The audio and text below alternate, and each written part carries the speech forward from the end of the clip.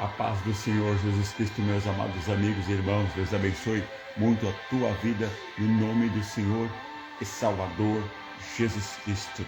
Para a glória, honra, louvor e exaltação, estamos começando agora hoje a live apologética, que sempre é defendendo uma ou mais verdades bíblicas contra uma ou mais mentiras diabólicas, humanas, enfim.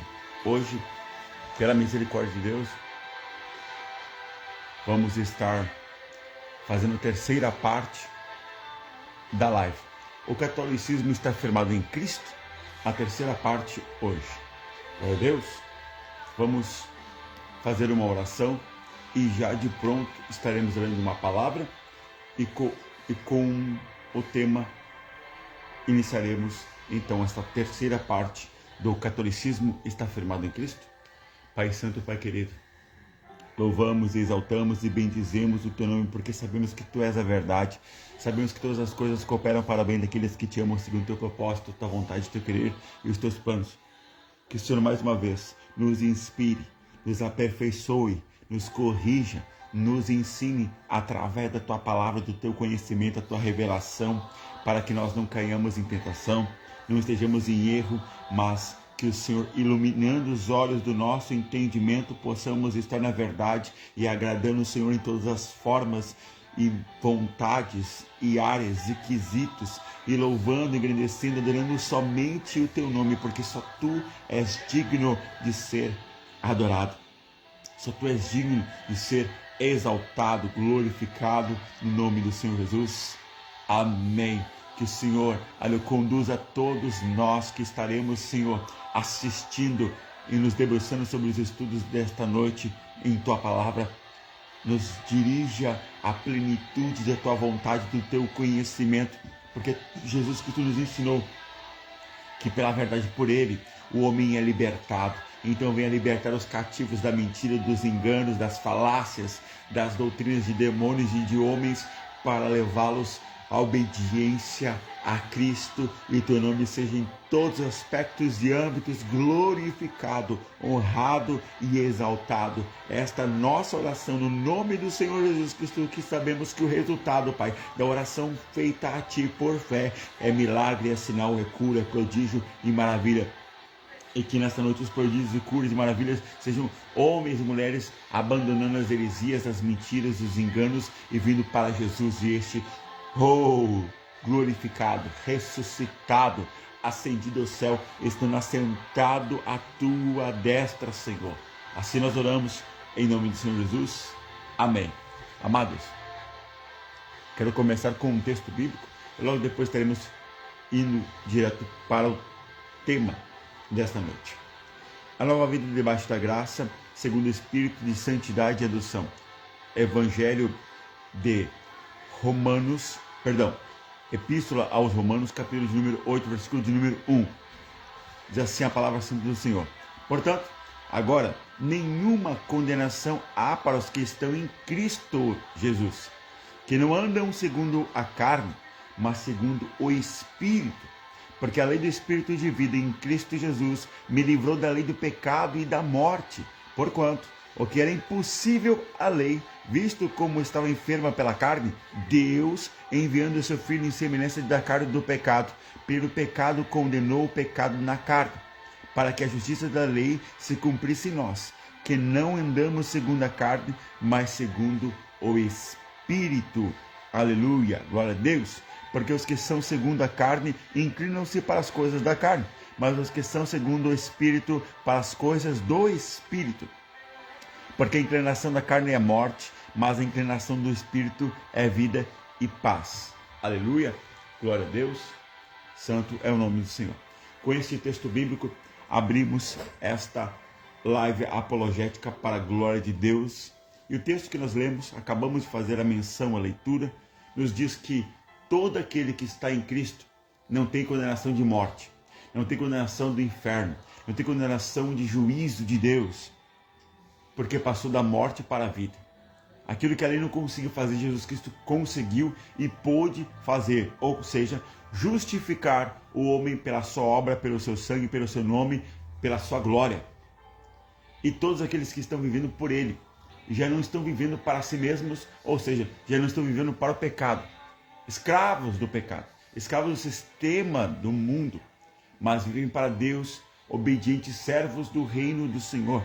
Então, consequentemente, a recompensa daqueles que estão em Cristo é a eternidade, é o galardão segundo a vontade de Deus, julgando então exatamente a cada uma das nossas obras, mas também, em consequência, aquele que está na carne, que vive como quer, que vive sem Jesus, as consequências também, como diz a palavra do Senhor em Romanos, também 6:23, diz que o salário do pecado é morte, mas o dom gratuito de Deus é a vida eterna por Cristo Jesus, nosso Senhor.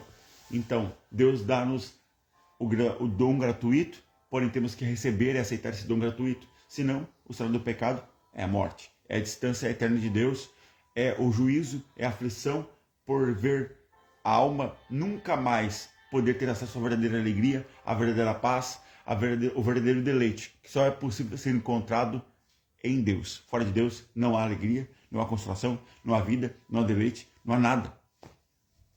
Ok? Quero, em nome de Jesus Cristo, saudar a irmã Mari Ribeiro. Deus abençoe em nome de Jesus Cristo. Amém, irmão. Vamos estar orando por você no nome do Senhor Jesus. E deixe Deus consolar o teu coração. Só Deus pode consolar o nosso coração. Só Deus pode fortalecer. Que Espírito Santo te console. Eu vou fazer uma oração por ti, então. Pai Santo, Pai querido, em nome do Senhor Jesus Cristo. Agora, Espírito Santo, a irmã Mari acabou de perder o seu irmão. Acabou de perder um ente querido que ela amava muito. Eu te peço, Pai, que ela entenda que o Senhor tomou este irmão dela e que na eternidade, porventura, poderão se ver, mas o mais importante é que ela, Senhor, seja consolada e fortalecida e animada. Que ela não sucumba ao sentimento de luto, mas o Senhor fortaleça ela, esteja com ela neste momento duro, esse momento difícil, esse momento que só Tu tens a capacidade de fortalecer e guardar e proteger a nossa alma, para que nós não venhamos a nos perder na tristeza e na depressão. Que a Tua alegria suja apareça neste momento, resplandecendo sobre ela, no nome de Jesus, e desfazendo, Pai, aquilo que ela sente que estava apertando o coração dela, sufocando ela. Que isso saia, esse sufocamento, esse aperto no coração, e venha a Tua graça, o Teu bálsamo agora, no nome de Jesus Cristo, para a Tua glória. Nós oramos e terminamos em nome de Jesus Cristo. Permaneça crendo, permaneça confiando que o Senhor é bom, que o Senhor te ama e o Senhor tem uma recompensa para você. Em nome de Jesus. Não desista da tua vida, há muito para viver, e viva com Jesus e deixa Ele trabalhar no teu coração. E esses dias com Ele, você colocando Ele na tua vida, você verá que Ele te dará descanso, te dará o bálsamo, te dará a força que você necessita. Que somente Jesus tem essa capacidade, consolador. Ele é o consolador. Ele é o consolador. Não existe outro consolador. Só Ele pode consolar. E Ele está consolando. Ele veio para isso, para consolar os que choram. E pode ter certeza que Ele está te consolando. Em nome de Jesus Cristo. Abre o teu coração para Ele e deixa Ele trabalhar na tua vida em nome de Jesus. Amém? Glória a Deus. O tema de hoje. Segundo as doutrinas católicas. O Papa é infalível?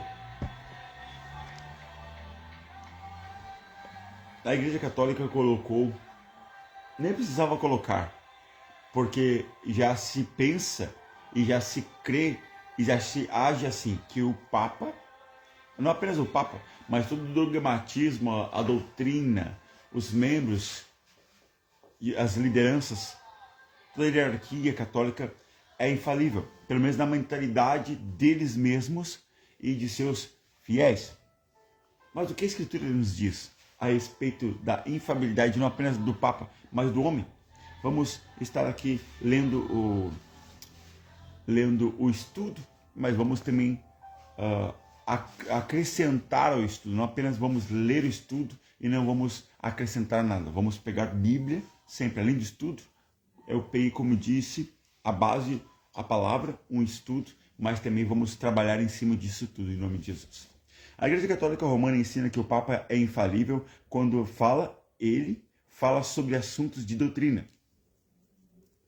O Pontífice Romano, cabeça do Colégio dos Bispos, goza dessa infalibilidade em virtude de seu ofício, quando, como supremo pastor e professor de toda a fé, ele proclama por um ato definitivo uma doutrina pertinente à fé ou à moral. Isso está em Catechism of the Catholic Church, ou o Catecismo da Igreja Católica. Publicações de Gori, de 1994, página 891.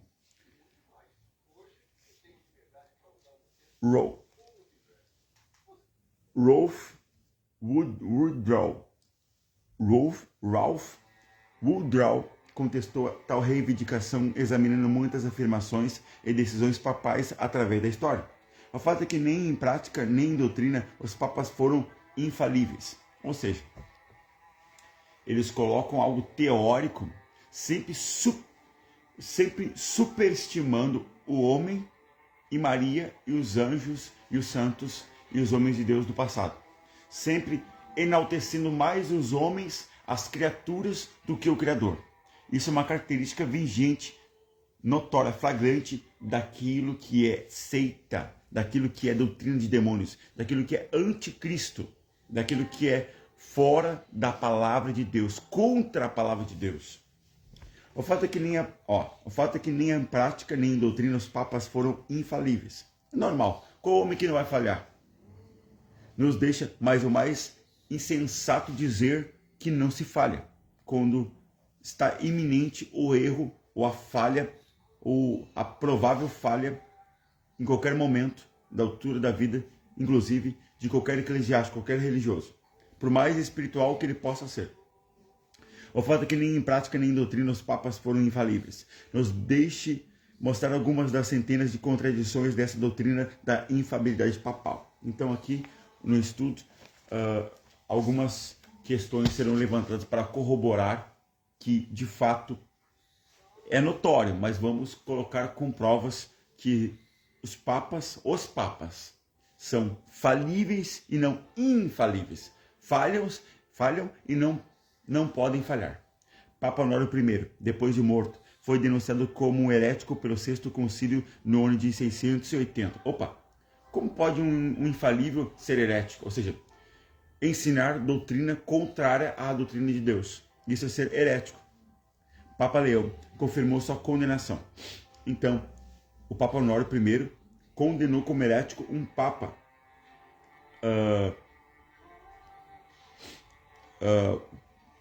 o Papa Honório I, depois de morto, foi denunciado como um herético pelo Sexto Concílio no ano 680. Papa Leão confirmou sua condenação. Ou seja, um outro Papa confirmou que ele era herético, ou foi herético durante a sua vida, ou fez coisas de herege durante a sua vida. Não foi infalível, mas dentro da própria doutrina, dentro do próprio catolicismo, dentro do próprio papado, se notou flagrante a fabilidade e não infabilidade, o erro e não a impossibilidade de errar. Ora, se os papas são infalíveis, como pode um condenar o outro? Óbvio, é uma contradição dentro da própria afirmação. Papa Virgílio, depois de condenar certos livros, removeu sua condenação, depois os condenou novamente e então retratou sua condenação. Então uma hora eles dizem sim, outra hora dizem não, outra hora dizem talvez, outra hora dizem por quê. É quase como se fosse dentro do tema político, onde tem muitas mentes, um lugar onde existem muitas pessoas e muitas opiniões, se não estão no mesmo espírito. A palavra de Deus manda que nós devemos estar no mesmo espírito, vivendo no mesmo Deus, na mesma fé, com o mesmo Senhor. Daí não vai dar nada errado. Eu quero só citar um texto aqui, para corroborar o que a Bíblia diz, o que a Bíblia ensina como uma igreja que deve ser verdadeira e bíblica. Vamos em Atos dos Apóstolos, capítulo de número 4. Além dos estudos, como falei, temos que acrescentar. Nós apenas vamos receber o estudo passivamente, mas também vamos incrementar, somar com esse estudo, multiplicar mais conhecimento. Atos dos Apóstolos, capítulo de número 4, Olha que maravilha nós temos aqui, encontrando dentro da palavra de Deus. Diferentemente do que aconteceu no papado, com o papado. Amém? Glória a Deus.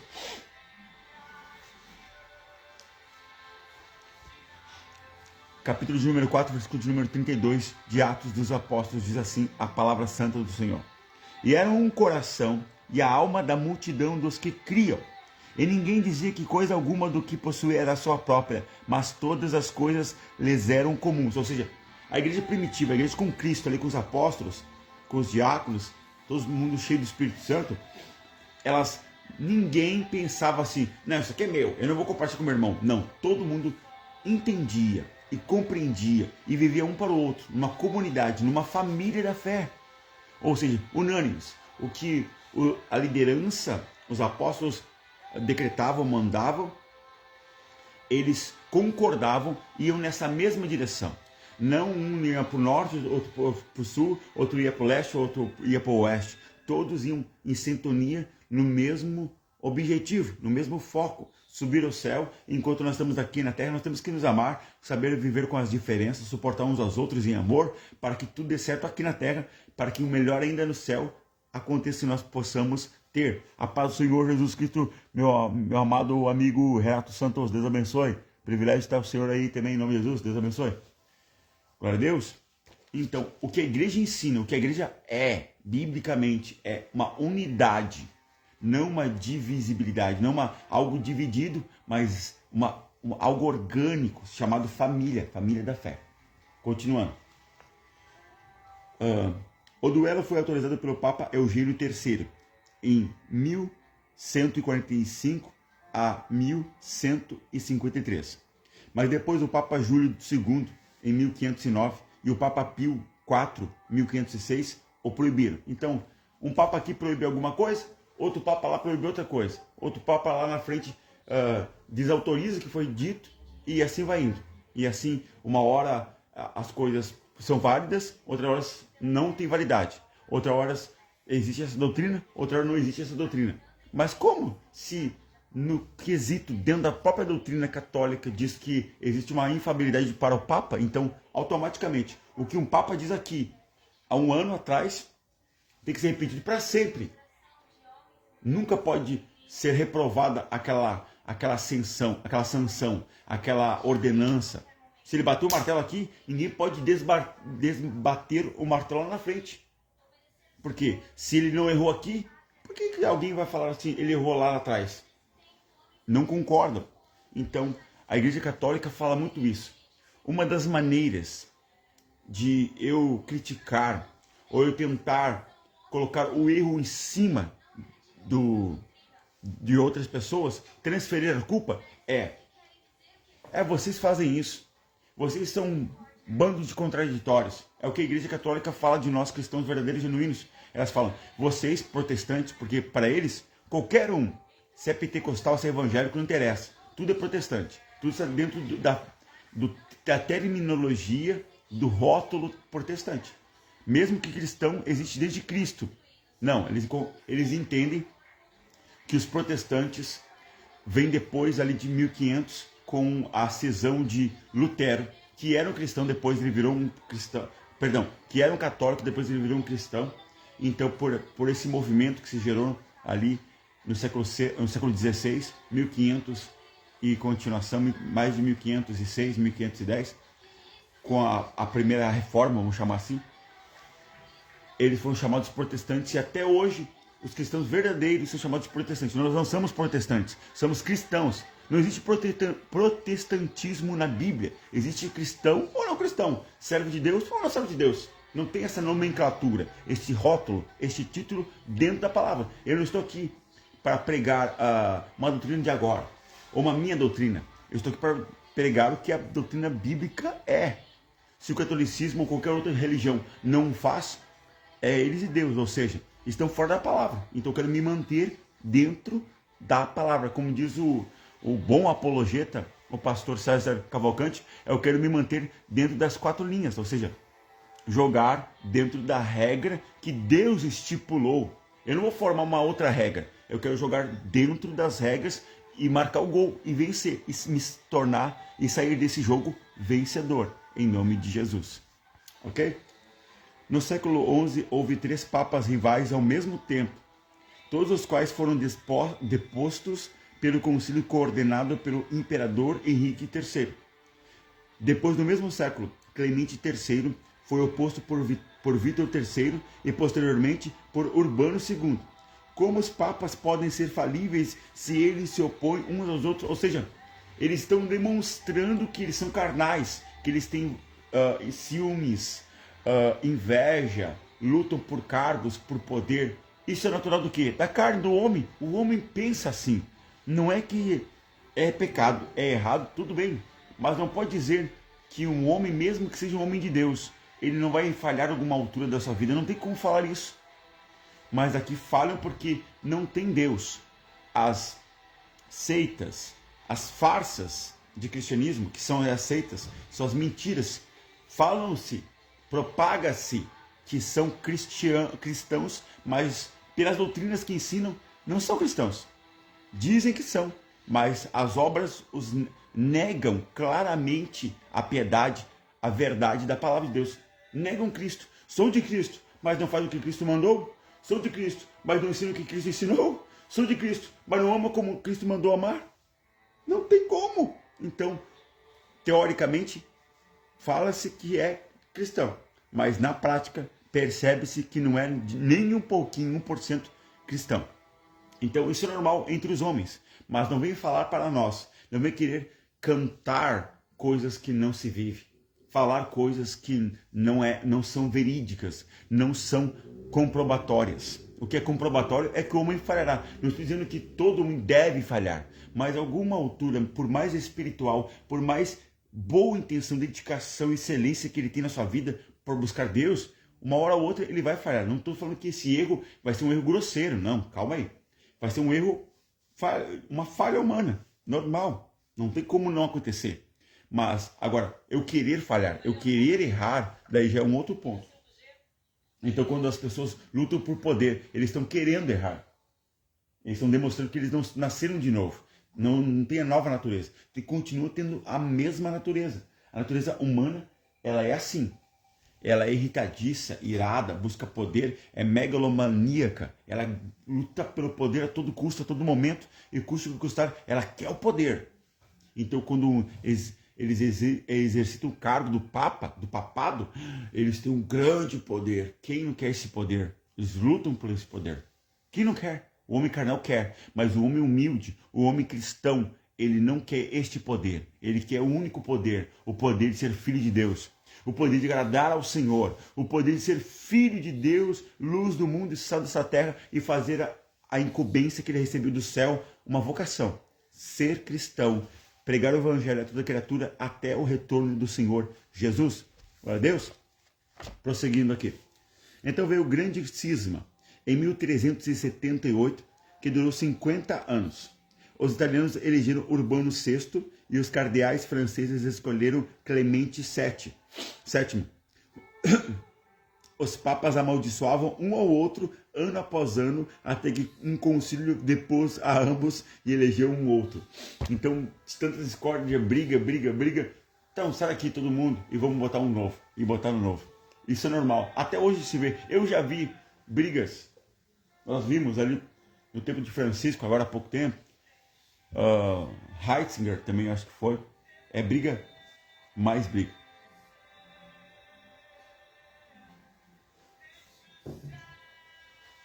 Ok? Glória a Deus, vamos continuar.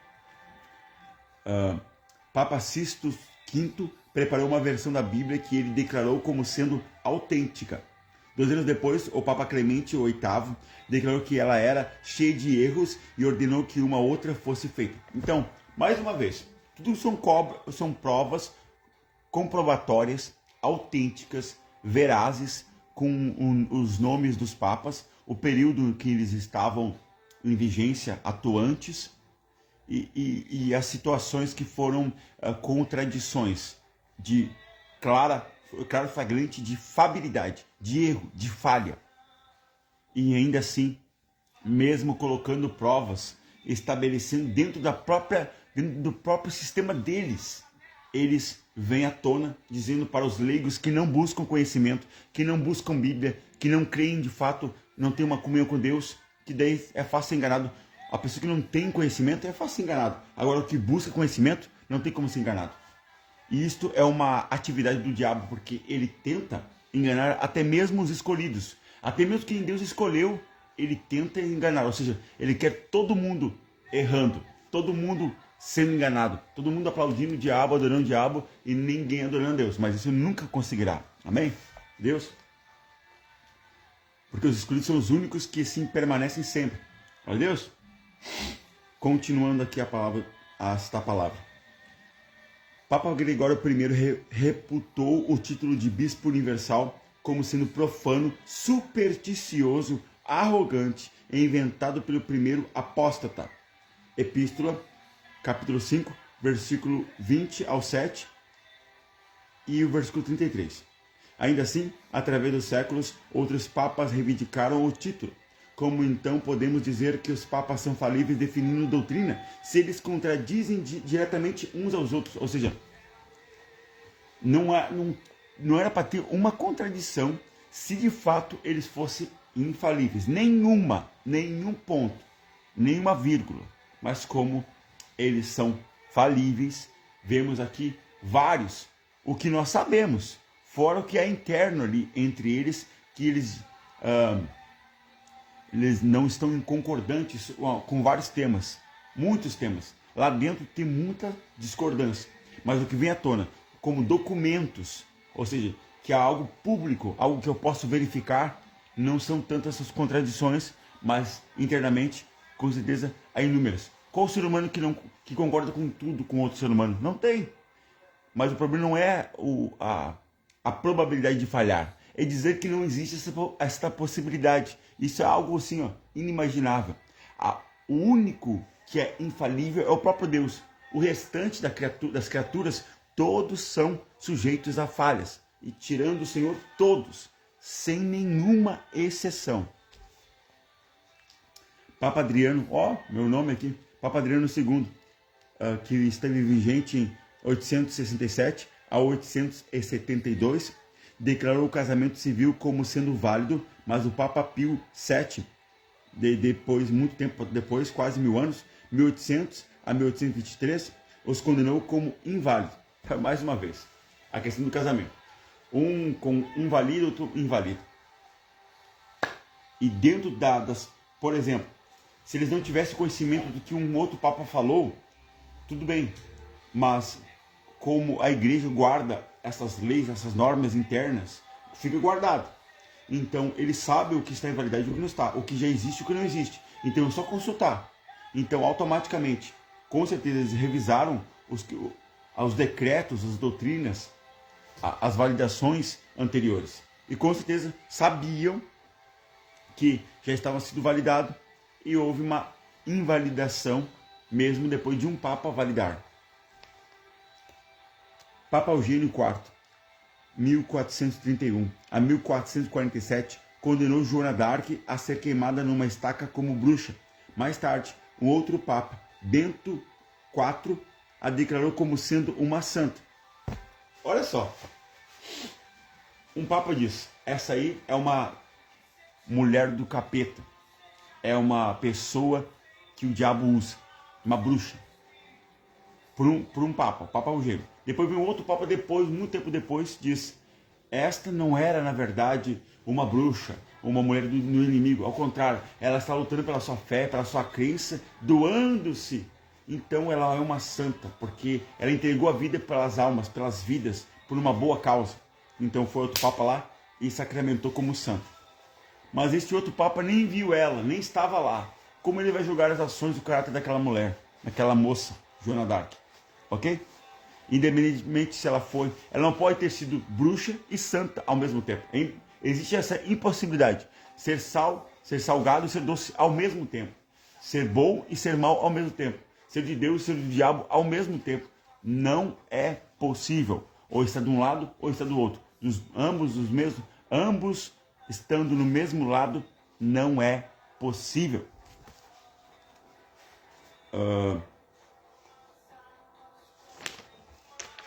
Ok, continuando aqui. Como todos os papas podem ser falíveis, quando um certo número dos próprios papas condenou tal ensino? Virgílio, Inocente, Clemente, Gregório, Adriano e Paulo, todos rejeitaram a doutrina da infalibilidade papal. Pode um papa infalível ser infalível e não saber disto? Que inconsistência.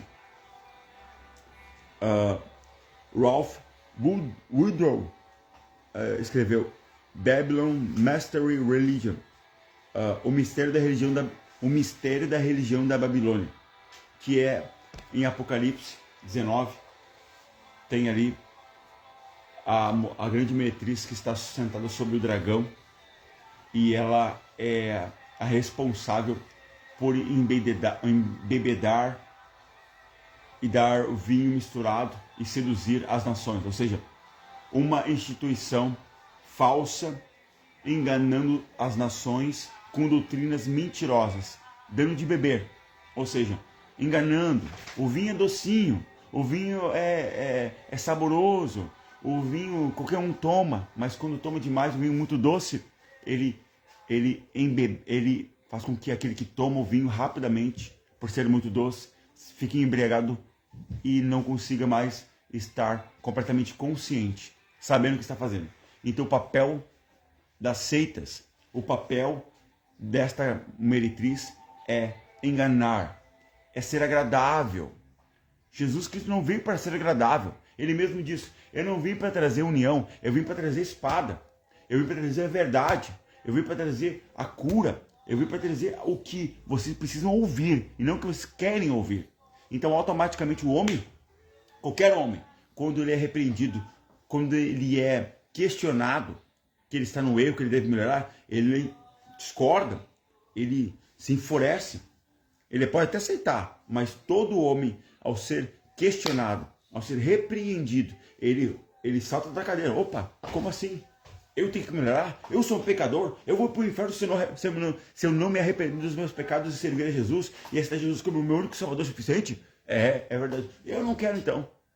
Daí as consequências da tua decisão, que tu tens liberdade para tal, estão nas tuas mãos. Recentemente, eu vi o próprio Papa, o Francisco, atual Papa, dizendo que todas as religiões levam a Deus. Um tempo atrás, eu acho que 2 meses atrás, mais ou menos 2 meses atrás, eu fiz uma live, era profética, não era apologética, eu acho que era apologética, dizendo, todos os caminhos levam a Deus? Obviamente que não. O único caminho que leva a Deus é o próprio Jesus, é a própria verdade, é o próprio Deus. Deus leva a Deus, não tem outra maneira. Deuses não levam a Deus, homens não levam a Deus, anjos, demônios não levam a Deus. Só Deus leva a Deus, ok?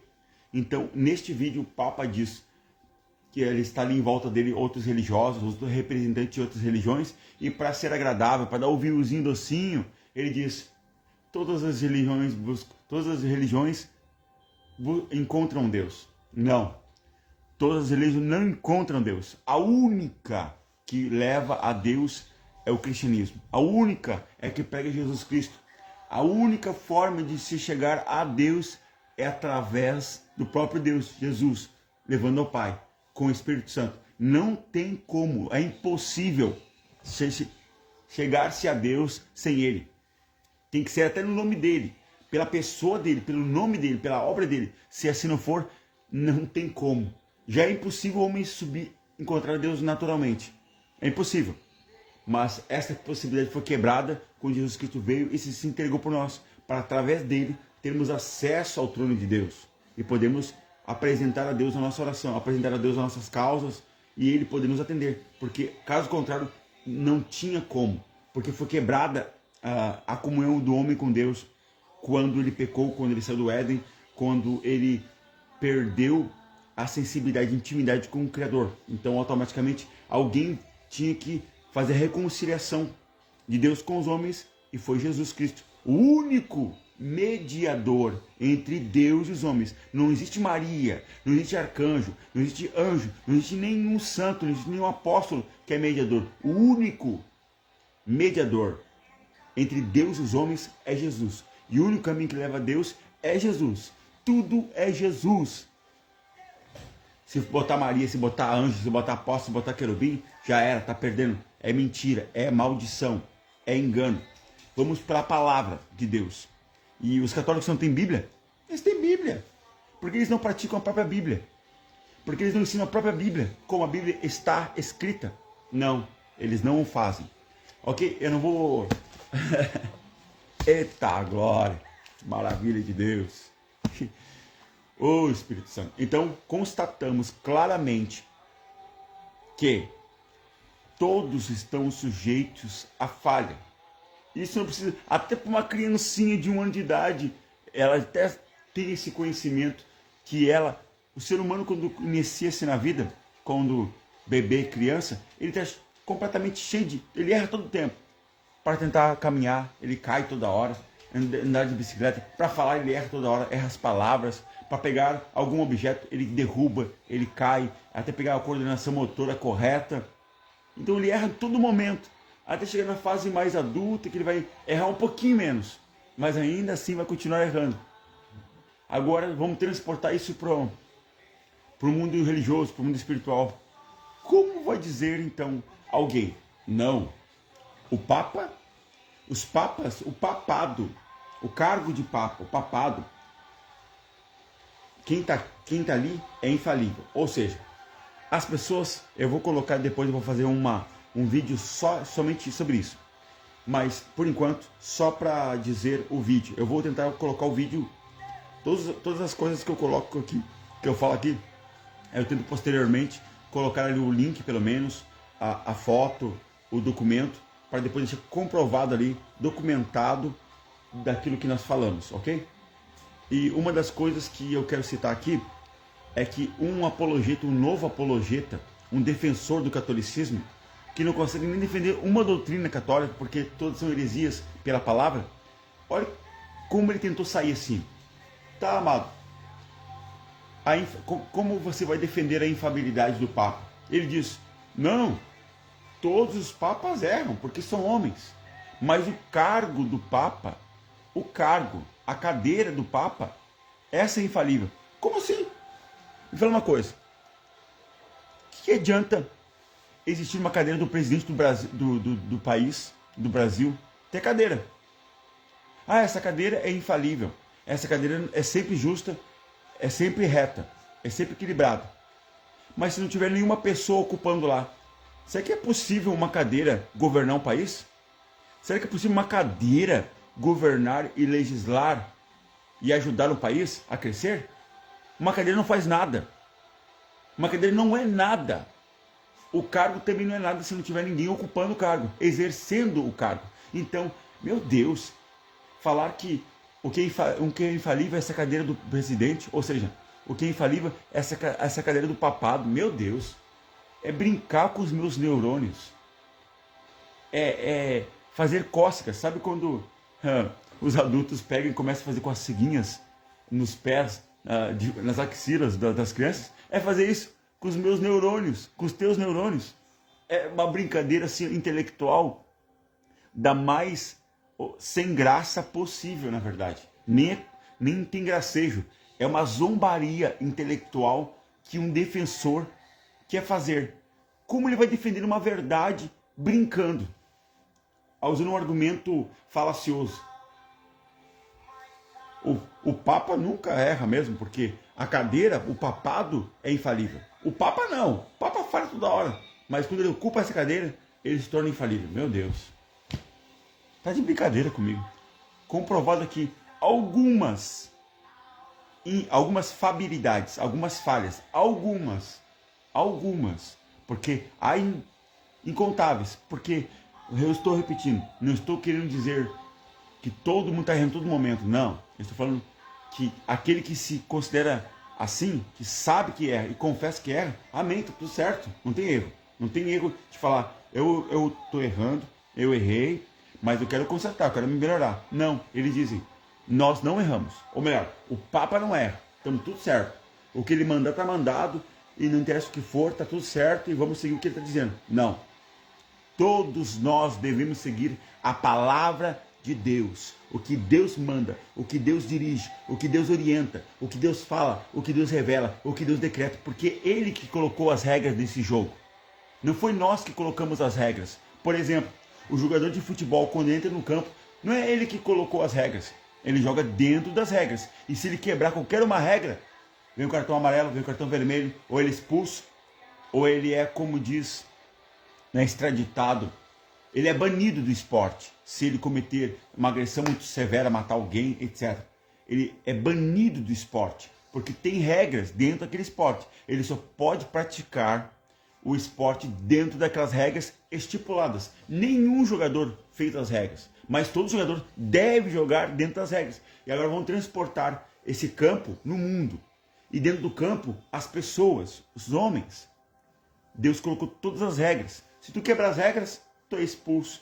Tu pode voltar no próximo jogo ou nunca mais. Ou seja, condenado para sempre. Ou tu pode jogar e se tornar um campeão daquele campeonato mundial, da Copa do Mundo, da tua vida, que é crendo em Jesus e permanecendo até o final, no último momento. No segundo tempo lá, tu vai lá e continua sendo fiel e serve ao Senhor. Amém? Essa analogia exemplifica perfeitamente o que eu quero explicitar, argumentar, dar a compreender, dar a entender no que eu estou dizendo. Então esse apologeta é um jovem, pelo menos o rosto dele é de jovem, ele tenta fazer essa argumentação. Meu Deus, nem os meus pets acreditariam nesta argumentação. É uma coisa assim, ó, insensata. E daí eu quero questionar ainda, mais um pouquinho. Se o estudo, a maneira com que eles estudam para se tornarem apologetas, para se tornarem padres, para se tornarem diáconos, para se tornarem bispos, são estudos de línguas, grego, latim principalmente, os livros dos filósofos católicos, fora os filósofos gregos, como Platão, como Aristóteles. Também tem os filósofos deles, por exemplo, Santo Agostinho, e o principal deles, Tomás de Aquino, dentre outros. Eles estudam teólogos filósofos, ou seja, eles deveriam ter muita base de argumentação, muita defesa. Facilmente eles conseguiriam defender as verdades bíblicas que eles defendem, mas na verdade eles não defendem verdades bíblicas. Aí que é o porém. Então eles vêm dizer que isto aqui é infalível, isso aqui não é nada, isso aqui é um objeto, um cargo é só um cargo. Se ninguém ocupar esse cargo não existe. Simplesmente isto não existe. Então isto aqui não faz nada, não faz nem sim nem não, nem bom nem mal. Ai ai.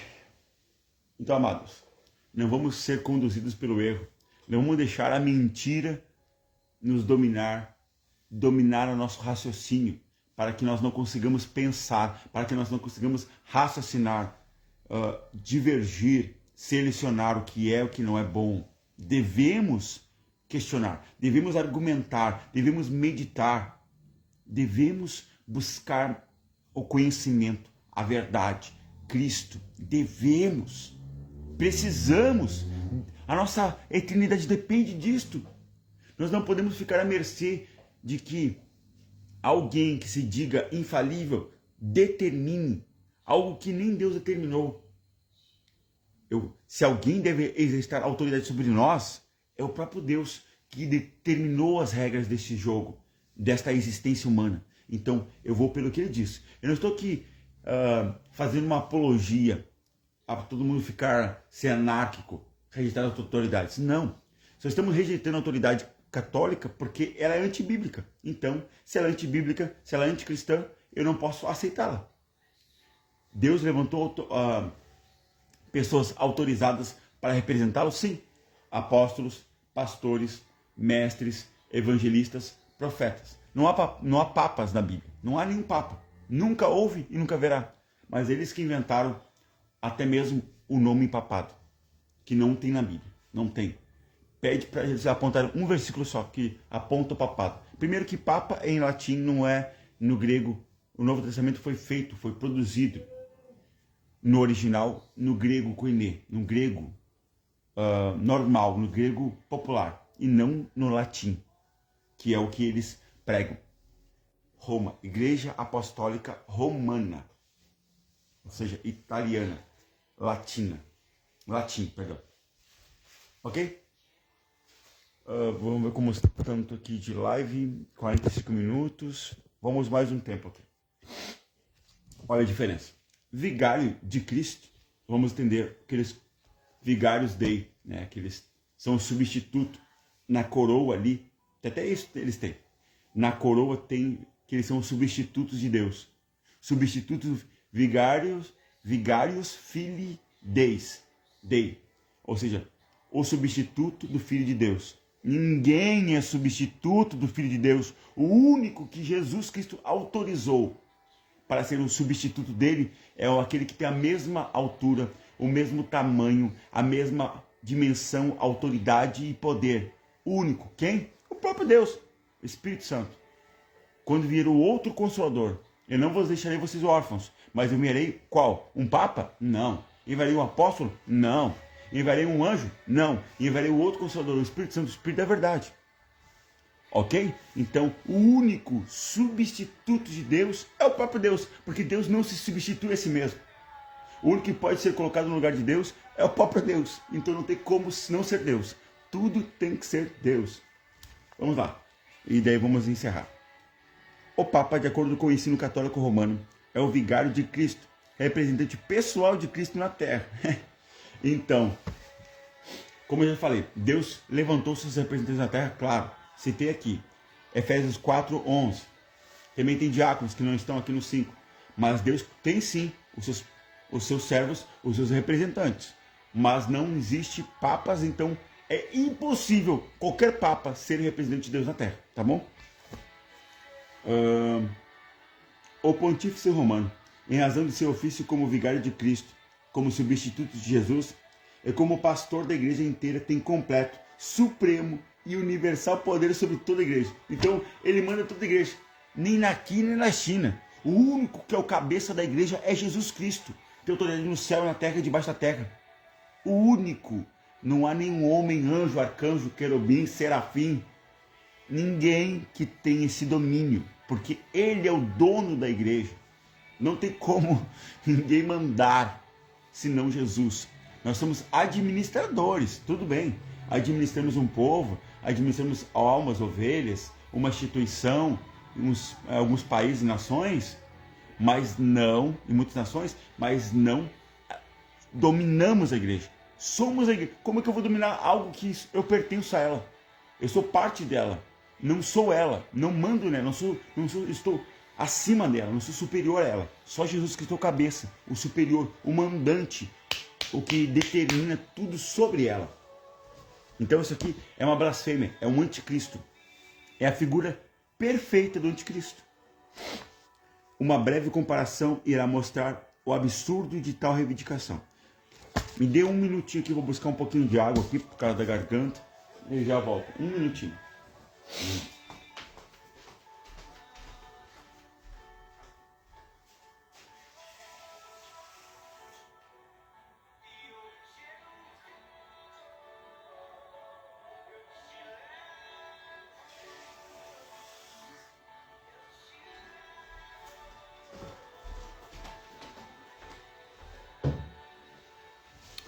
Amém. Aqui eu tenho um quadro agora, lembrando que acho que a primeira parte tem o documento que eu estou lendo aqui. Eu imprimi, mas tem o link. Mas eu vou deixar nas 3 lives, quantas tiverem partes mais, eu vou deixar o mesmo link. Ok? Se não tiver. Eu tenho um quadro aqui, o Papa. Eu tenho um quadro aqui, vou ver se dá para mostrar. Este quadro aqui não está muito legível, mas está no link, vocês podem e devem buscar. Aqui tem o quadro, o Papa e Cristo. É um quadro fazendo o contraste entre ambos. O Papa usa uma coroa de enfeite triplo que custa mais de $1.300. Então dá mais ou menos 5 vezes, dá 6.000. 6.500 mais ou menos reais.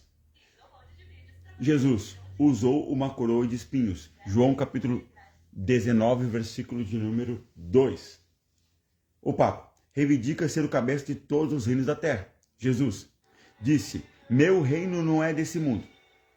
João capítulo 18, versículo 36. Seu reino não se originou na terra, mas no céu. Se estende a todas as instituições, incluindo a igreja. Ele reina sobre tudo, até no céu e também na terra, e debaixo da terra, sobre os vivos e os mortos. O Papa é esperado por seus criados e vive em extrema riqueza e luxo, verdade. E depois eles querem pregar que os santos que eles agora beatificam, ou seja, dizem que são santos, fez o voto de pobreza. Mas por que o Papa não faz voto de pobreza também? Se é tão o substituto de Cristo, por que não faz assim? Jesus veio para servir e sofrer. Não teve onde reclinar a sua cabeça. Mateus capítulo de número 8, versículo 20. O Papa veste roupas ornadas, caros vestidos. Jesus vestiu-se como um camponês humilde. Então, cadê ele Jesus aí? Cadê o substituto de Deus aí? Onde está? Ninguém está vendo. O Papa. Muitos papas, especialmente na Idade Média, viveram em total imoralidade. Isso não é surpresa para ninguém. Jesus viveu uma vida de perfeição sem pecado. Hebreus capítulo de número 4, versículo de número 15. Aqui tem Bíblia e consistência. O que não tem nas seitas. E se tem, falando-se da Bíblia, está distorcendo o que a Bíblia está falando aqueles textos que eles estão citando. Ok? Nós não podemos fazer o contrário. Então, nesse quadro e no que nós lemos, vemos que a infabilidade papal é uma farsa e que o vigário de Cristo também é uma grande farsa, e tudo são flagrantes demonstrações do anticristo. E o apóstolo Paulo e os demais apóstolos pregaram dizendo: se prepare, porque virá o anticristo aí. E ele vai querer dominar o mundo e se colocar no lugar de Deus. E nós temos aqui claramente que os papas fazem exatamente o que está na profecia e revelações bíblicas. Por isso que eles vão negar. Não, o anticristo é outro. Não, o anticristo não sai daqui. O anticristo não tem nada a ver conosco. Nós somos filhos de Deus. Somos representantes majoritários de Deus na face da terra. Sem nós, vocês não podem nem estudar a Bíblia. Sem nós, você não pode fazer nada. Eita, graças a Deus que podemos. E devemos, no nome do Senhor Jesus Cristo. Amém, meus amados irmãos? Quero agradecer a presença de todos no nome do Senhor Jesus. Que Deus possa ter te ensinado, instruído nesta live apologética para a glória de Deus. Não somos os melhores apologetas, mas nos empenhamos, nos esforçamos para que sim, o Senhor possa nos usar humildemente para revelar a sua palavra, a sua glória, o seu nome, a sua verdade, para fortalecer a tua fé, te alimentar, te instruir, te aperfeiçoar, para que você esteja completamente preparado, habilmente a subir com o Senhor. Os dias são maus, mas se você estiver tendo Jesus Cristo como teu único Salvador o suficiente, colocando Ele em primeiro lugar na tua vida, tudo você vai suportar, vai passar, vai vencer, vai superar em Cristo Jesus. Que Jesus Cristo seja a pedra, o alicerce da tua vida. Então todas as coisas, aleluia, não te serão impossíveis, mas possíveis por Ele. Vamos orar mais uma vez e agradecer ao Senhor por mais este dia que Ele tem nos dado, já se encerrando, e essa semana que está iniciando, e que nós possamos estar diante dele e viver para ele, como o apóstolo Paulo disse, que Cristo vive em mim. O meu viver é Cristo. O meu viver e o teu viver sejam Jesus. Oremos. Pai Santo, Pai querido, louvamos, engrandecemos e exaltamos o teu nome, porque sabemos que tu tens nos dirigido à verdade. A tua palavra é verdade. Que o Senhor abra os olhos, eu insisto, Senhor, daqueles que ainda estão com os olhos fechados, os olhos vendados, obscurecidos o entendimento, para que não possam entender, mas que o Senhor tire os véus tire o obscurecimento e coloque a tua luz, a tua iluminação, a tua revelação. Tem efeito neste homem, nesta jovem, nesta mulher, neste idoso, para que o teu nome seja glorificado e todos venham estar em Cristo, dentro da tua palavra, dentro das regras que o Senhor estipulou, delimitou, para que nós vivêssemos dentro delas e obedientes à tua palavra, à tua lei, Senhor. Possamos estar preparados para a eternidade contigo. Assim nós colocamos as nossas vidas nas tuas mãos e sabemos que tu és o Senhor, em nome do Senhor Jesus. Amém. Amados, Deus abençoe a tua vida no nome de Jesus Cristo. Eu não vou fazer sinal da cruz nenhum, porque não existe esse sinal para um cristão. Está repreendido em nome de Jesus Cristo. O único sinal é de glória a Deus. Aleluia. Louvado seja o nome do Senhor, que é o único sinal, aleluia, que nós devemos fazer e realizar. Nós não devemos ser supersticiosos, mas homens e mulheres espirituais, que há uma completa distinção de um e de outro. Que Deus te use, te guarde, te livre do mal e que você tenha aprendido algo valioso nesta noite para a glória de Deus. Assim nós oramos e entregamos tudo nas mãos do Senhor.